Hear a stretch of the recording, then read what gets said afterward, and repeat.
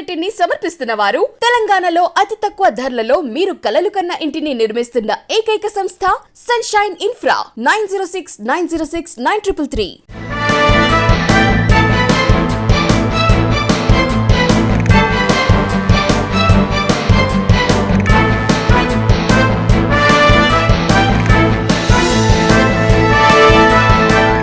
నమస్కారం, welcome to V3 news లక్ష్యం సమాచారం. నేను శృతి. బులెటిన్ల ముందుగా హెడ్లైన్స్ చూద్దాం.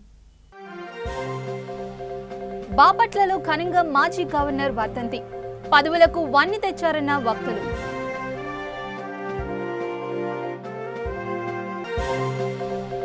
అంబర్పేటలో మోదీ చిత్రపటానికి పాలాభిషేకం, అందరికీ టీకా ఘనత ఆయనదేనన్న కార్పొరేటర్.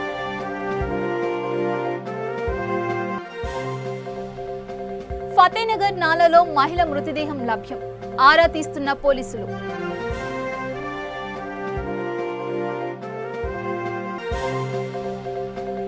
ఐఎస్ సదన్లో ఘనంగా వాల్మీకి జయంతి, నివాళులర్పించిన బీజేపీ ఎస్టీ సెల్ నేతలు. ఇక డీటెయిల్స్ లోకి వెళ్తే, ఎల్బీ నగర్ ఎమ్మెల్యే మూసీ పరివాహక అభివృద్ధి కమిటీ చైర్మన్ దేవిరెడ్డి సుధీర్ రెడ్డి కుమారుడు Preetham Reddy marriage TRS party నాయకుడు వేమిరెడ్డి నరసింహారెడ్డి కుమార్తె జ్యోత్స్నతో అంగరంగ వైభవంగా శంషాబాద్లోని ఓ ఫంక్షన్ హాల్లో జరిగింది. ఈ కార్యక్రమానికి సీఎం కేసీఆర్ తో సహా వివిధ శాఖల మంత్రులు, ఎమ్మెల్యేలు, ఎమ్మెల్సీలు హాజరయ్యారు. ముఖ్య అతిథిగా హాజరైన V3 TV channel chairman lion doctor Kacham Satyanarayana హాజరై వధూవరులను ఆశీర్వదించారు.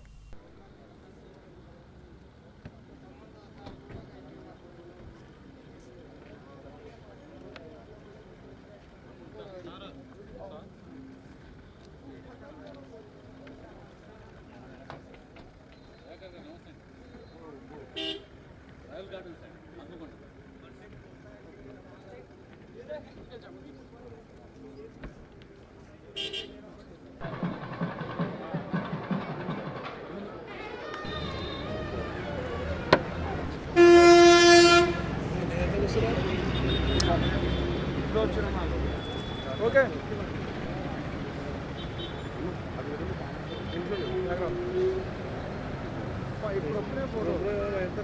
తీసుకోరా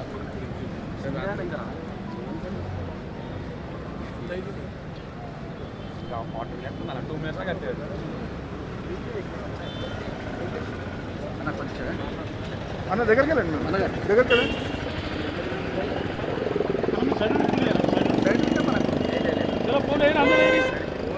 చెప్పండి, జయపాలం చెప్పండి. స్లోగాన్స్ అన్నా.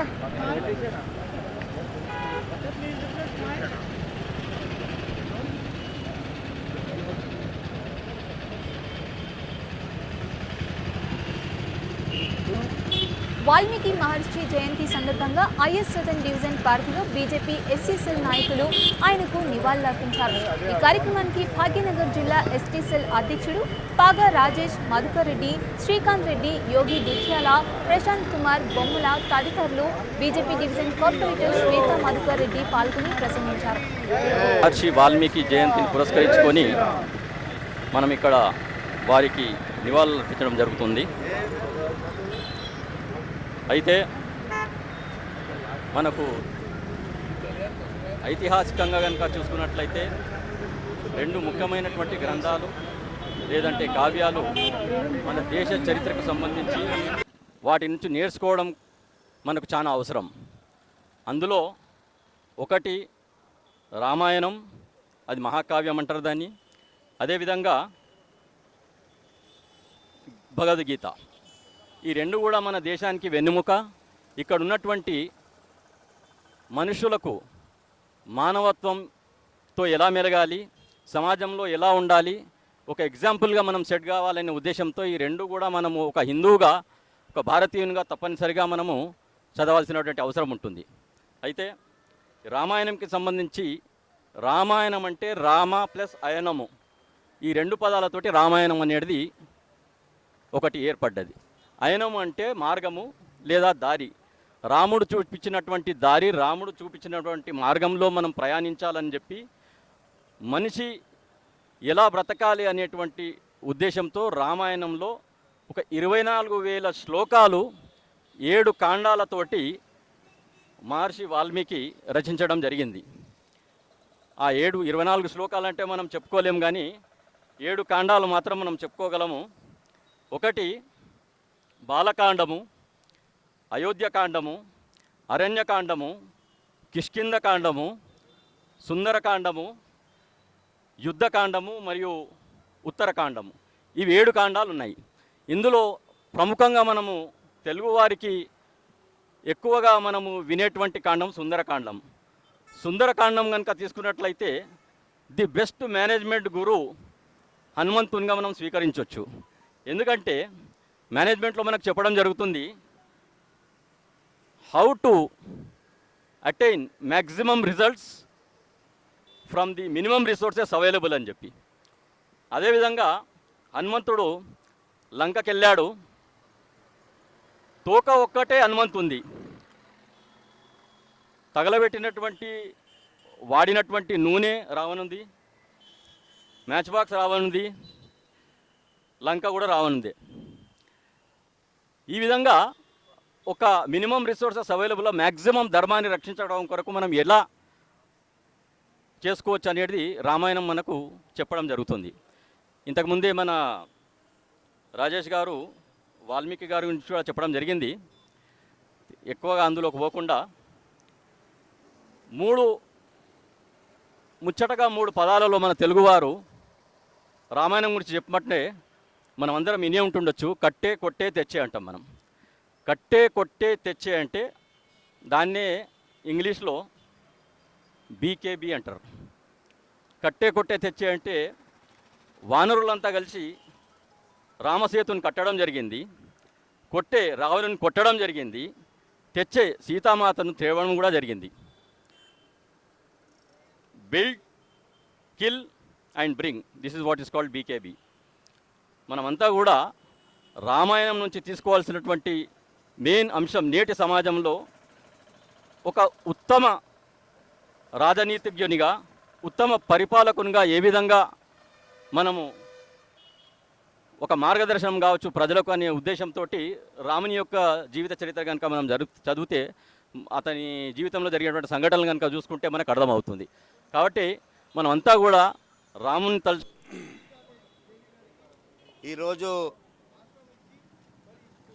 వాల్మీకి మహారాజ్ ఒక జయంతి సందర్భంగా భారతీయ జనతా పార్టీ ఎస్సీ మోర్చా రాష్ట్ర అధ్యక్షులు భాషా గారి పిలుపు మేరకు తెలంగాణలో అన్ని జిల్లాలల్లో మరి యొక్క మహర్షి వాల్మీకి గారి యొక్క జయంతి పురస్కరించుకొని అన్ని జిల్లాలల్లో అన్ని వాడలల్లో ఈ యొక్క కార్యక్రమాన్ని చేయవలసిందిగా ఆదేశించడం. నేను భారతీయ జనతా పార్టీ మాజీ ఉపాధ్యక్షుని రాష్ట్ర నాకు భాగ్యనగర్ జిల్లా వెళ్ళాలని ఆదేశించడంతో భాగ్యనగర్ జిల్లాకు మన రాజేష్ గారి అధ్యక్షతన ఐఎస్ఐ డివిజన్ ఈ యొక్క కార్యక్రమానికి విచ్చేయడం జరిగింది. మహర్షి వాల్మీకి గారు ఒక బ్రాహ్మణ కుటుంబంలో పుట్టి వారు మిత్రులతోని ఈ యొక్క అడవి ప్రాంతానికి వచ్చి వారు తొవ్వ మర్చిపోయి వారి యొక్క బోయ వాళ్లకు కలవడం జరిగింది. వారి యొక్క కుటుంబంలో పెరిగి మరి వారి యొక్క మ్యారేజ్ చేసుకొని వారి యొక్క ఫ్యామిలీ పెరగడంతో వాళ్ళకు ఆధారం లేక ఒక రౌడీలా ఒక గుండాలా మారి మన నారది మహర్షి గారిని యొక్క ఎదుర్కొని ఆయనను చంపడానికి వెళ్తే నారది మహర్షి గారు చెప్పారు, అయ్యా నువ్వు నన్ను చంపగలుగుతావు, కానీ నన్ను చంపడంలో నీకు ఎంత పాపం ఉందో నీ ఫ్యామిలీ గురించి అంతా నీకు పాపం తగులుతుంది, నీ పాపాన్ని నీ కుటుంబం మొయ్యగలుగుతుంది అంటే వాల్మీకి మహర్షి గారు ఆలోచించి వాళ్ళ ఇంట్లోకి వెళ్ళి అడిగితే వాళ్ళ ఇంట్లో మేమెందుకు మోస్తామయ్యా, నీ ఫ్యామిలీ నువ్వు మొయ్యాలి అనే ఉద్దేశంతో చెప్తే అప్పటి నుండి వాల్మీకి మహర్షి గారు వాల్మీకిగా మారి ఒక ఋషిగా వారు ఈ తపస్సు చేసి బ్రహ్మగారి యొక్క ఆదేశం వల్ల ఈ యొక్క రామాయణం రాసడం అనేది జరిగింది. కనుక ఇంకా చాలా ఉన్నది వాల్మీకి గారి యొక్క విషయంలో చెప్పాలంటే చాలా ఉన్నది. Bharatiya Janata Party SC Morcha greater Hyderabad అధ్యక్షులుగా ఉన్నప్పుడు నుండి సంత్ రవిదాస్ గారిది మరి వాల్మీకి మహర్షి గారి యొక్క జన్మదినాలు వేడుకలు జరుపుకుంటున్నాము. భారతీయ జనతా పార్టీ మన యొక్క భాషా గారి అధ్యక్షతన ఈ యొక్క కార్యక్రమాలు కొనసాగుతున్నాయి. ధన్యవాదాలు. వనస్థలిపురం వైదేహి నగర్ సాయి మందిరంలో ఇవాళ తెల్లవారుజామున వివిధ రకాల పూజలు అనంతరం హారతి ఇచ్చారు. అనంతరం క్షీరాభిషేకం నిర్వహించారు. ఈ కార్యక్రమంలో ఆలయ కమిటీ సభ్యుడు వెంకటరెడ్డి, సత్యనారాయణ, రాములు తదితరులు పాల్గొన్నారు.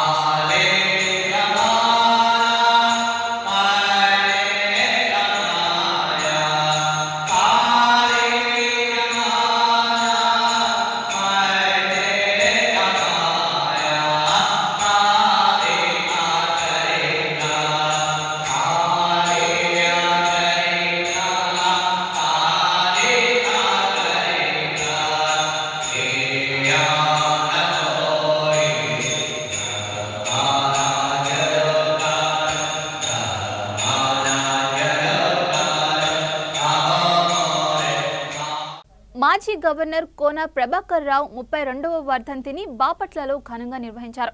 వైసీపీ పట్టణ శాఖ అధ్యక్షులు నరాల శెట్టి ప్రకాష్ రావు ఆధ్వర్యంలో పాత బస్టాండ్లోని ప్రభాకర్ రావు విగ్రహానికి పూలమాలలు వేసి నివాళులర్పించారు. బాపట్ల ముద్దుబిడ్డ పదవులకు వన్నె తెచ్చారని, మచ్చలేని మంచి నాయకుడిగా ప్రజల హృదయాల్లో శాశ్వత స్థానం దక్కించుకున్నారంటూ వక్తలు కొనియాడారు. విద్యాభివృద్ధి కోసం ఎడ్యుకేషన్ సొసైటీని ఏర్పాటు చేసిన ఘనత ఆయనకే దక్కిందన్నారు. ఇనుగలూరి, మల్యాద్రి, వడ్డెముక్కల డేవిడ్, సికే నాయుడు, బ్రహ్మారెడ్డి పాల్గొన్నారు.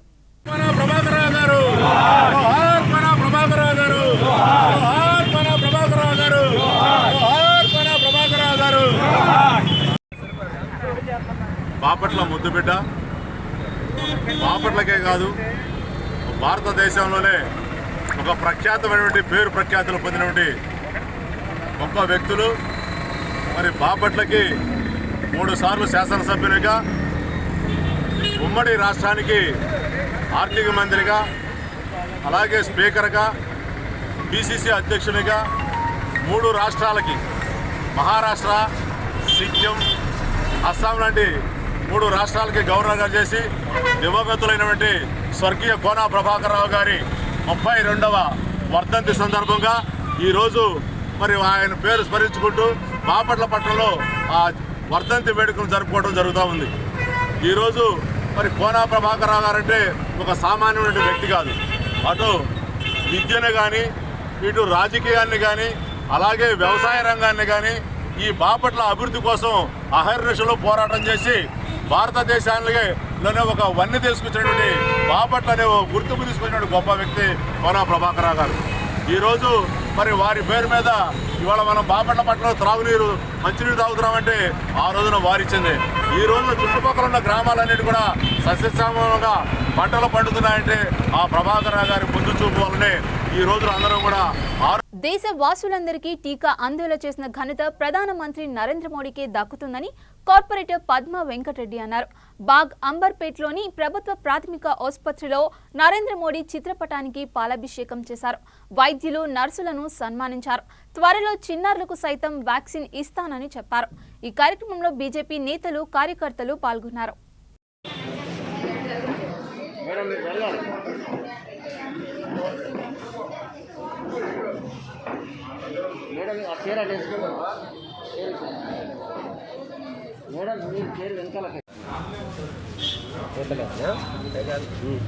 ఈరోజు 100 కోట్ల డోస్ వ్యాక్సిన్ పూర్తయిన సందర్భంగా నరేంద్ర మోడీ గారికి ధన్యవాదాలు తెలుపుతున్నాను. ఏ ప్రధానమంత్రి చేయని విధంగా ఈరోజు నరేంద్ర మోడీ గారు ప్రతి ఒక్కరి పేద గొప్ప లేకుండా ప్రతి ఒక్కరికి వ్యాక్సిన్ ఇచ్చే విధంగా చేశారు.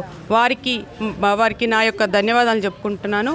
అదేవిధంగా వారు కరోనా టైంలో కూడా లాక్డౌన్ పెట్టి ప్రతి ఒక్కరికి గ్రాసరీ కూడా ప్రొవైడ్ చేయడం జరిగింది. అదేవిధంగా ఈరోజు ఇక్కడ మన దేశానికి కాదు ఇతర దేశాలకు కూడా వ్యాక్సిన్ ఎగుమతి చేశారు. వారికి ప్రతి ఒక్క దేశాలకు కూడా మన దగ్గర నుంచే వ్యాక్సిన్ పంపించడం జరిగింది. అదేవిధంగా కేంద్ర మంత్రివర్యులు కిషన్ రెడ్డి గారు ప్రతి ఒక్క హాస్పిటల్ కోవిడ్ టైంలో ప్రతి ఒక్క హాస్పిటల్ సందర్శించారు. ఉస్మానియా కానీ, నిమ్స్ కానీ, గాంధీ కానీ, ఏజీ కానీ, టీమ్స్ కానీ, ఇక్కడ కాకుండా ఢిల్లీలో కూడా కానీ, భువనగిరిలో ప్రతి ఒక్క హాస్పిటల్ దర్శించిన వ్యక్తి అంటే రాజకీయ వ్యక్తి అంటే కిషన్ రెడ్డి గారే. ఇంతకు సీఎం కేసీఆర్ కూడా వారికి కోవిడ్ వచ్చిన తర్వాతనే పోయి ఉస్మానియా హాస్పిటల్ దర్శించడం జరిగింది. వారికి మా తరఫున పహాడీ షరీఫ్ పోలీస్ స్టేషన్ పరిధిలో గుర్తు తెలియని మృతదేహం లభ్యమైంది. ఎక్కడో హత్య చేసి ఇక్కడ నిప్పంటించి ఉండొచ్చని పోలీసులు అనుమానిస్తున్నారు. వనస్థలిపురం ఏసీపీ పురుషోత్తం రెడ్డి, పహాడీ షరీఫ్ ఇన్స్పెక్టర్ వెంకటేశ్వర్లు, అర్జునయ్య ఘటనా స్థలాన్ని పరిశీలించారు. సీసీటీవీ కెమెరాలలో నమోదైన దృశ్యాలను పరిశీలిస్తామని చెప్పారు. ఫతేనగర్ నాలాలో మహిళ మృతదేహం లభ్యమైంది. స్థానికుల సమాచారం అందించడంతో పోలీసులు అక్కడికి చేరుకున్నారు. మృతదేహాన్ని పోస్టుమార్టం కోసం గాంధీ ఆసుపత్రికి తరలించారు. కేసు నమోదు చేసుకున్న పోలీసులు పలు కోణాల్లో దర్యాప్తు చేస్తున్నారు.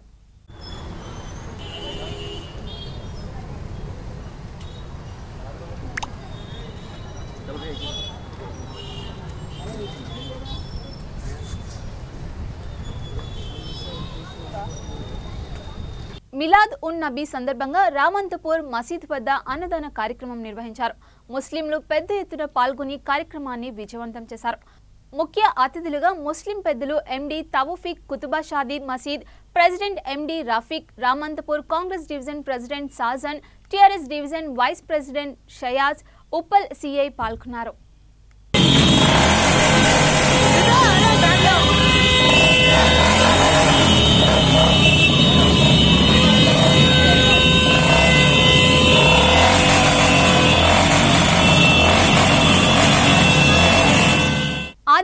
జిల్లా బోధ్ మండల కేంద్రంలో పంచముఖి హనుమాన్ విగ్రహ ప్రతిష్టాపన చేశారు.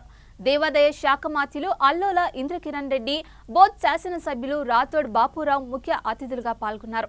కేసీఆర్ నాయకత్వంలో ఆలయాలకు పూర్వ వైభవం వచ్చిందన్నారు. ఈ కార్యక్రమంలో బోధ్ ఎంపీపీ తులా శ్రీనివాస్, జడ్పీటీసీ సంధ్యారాణి, స్థానిక సర్పంచ్ సురేందర్ యాదవ్, ఏఎంసీ చైర్మన్ దావుల భోజన్న పాల్గొన్నారు. మరి అటువంటి దేవాలయాలు, పురాతనమైన దేవాలయాలు మనము బాగు చేస్తే బాగుంటుంది.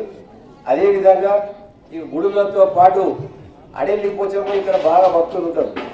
మరి బాపురావు గారు చాలా కృషి చేసి ఆ రోడ్డు కావాలని ఎంతో తాపత్రయపడి 5 సంవత్సరాలు తిరిగితే ఫారెస్ట్ క్లియరెన్స్ అయిపోయింది, రోడ్డు మంజూరు అయింది. 10 కోట్ల రూపాయలతో ఈ ఎండాకాలము పూర్తిగా డాంబర్ రోడ్డు మార్చి లోపల అయిపోతుంది. అనుకుంటాను డిసెంబర్ అనుకుంటారు కానీ మార్చి లోపలే మాకు డాంబర్ రోడ్ అయితే మీకు అడెల్లిపోచమ్మ ప్రాంతానికి వెళ్ళడానికి మీకు అంతా ఒక గంట లోపల మీరు వెళ్ళిపోవచ్చు. 20 నిమిషాలకు వెళ్ళిపోయే అవకాశం కూడా ఉంటుంది. కాబట్టి దానివల్ల మనకు కమ్యూనికేషన్ కూడా బాగా పెరుగుతుంది. ఆ విధంగా మీ అందరికీ కూడా ఒక మంచి కార్యక్రమం జరిగిందని చెప్పి తెలియజేస్తున్నారు. ఇక మనకు ఈ పంటల విధానంలో పత్తికి డిమాండ్ ఎంత అంత ఉంది మార్కెట్లో. మరి ఇప్పుడు 7,700కు వరంగల్ మార్కెట్ కానీ అక్కడ బయట ప్రాంతాల్లో మరి కొనుగోలు చేయడం జరుగుతుంది.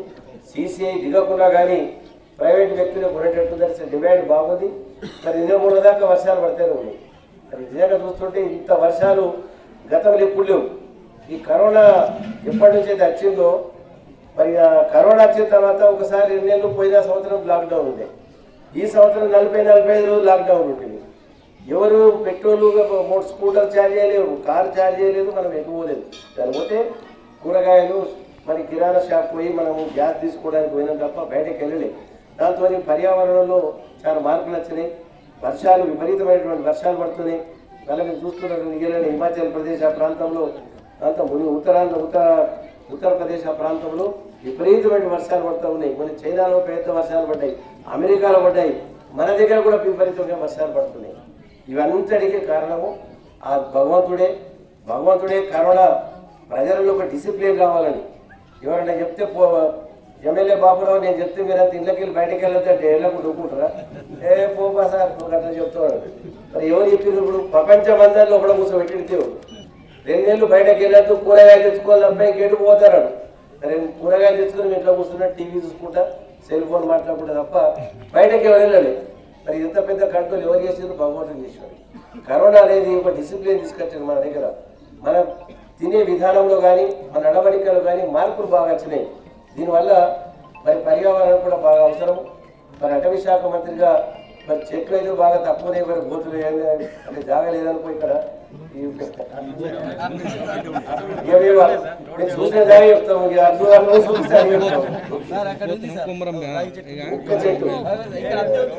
బులెటిన్ ముగించే ముందు హెడ్లైన్స్ మరోసారి చూద్దాం. బాపట్లలో ఘనంగా మాజీ గవర్నర్ వర్ధంతి, పదవులకు వన్నె తెచ్చారన్న వక్తలు.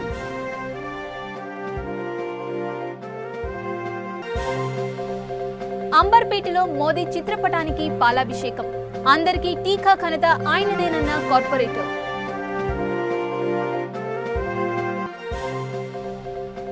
ఫతేనగర్ నాలలో మహిళ మృతదేహం లభ్యం, ఆరా తీస్తున్న పోలీసులు.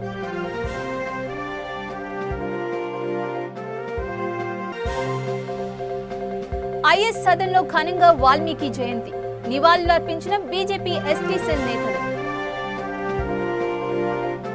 మరిన్ని అప్డేట్స్ కోసం చూస్తూనే ఉండండి V3 న్యూస్. లక్ష్యం సమాజహితం.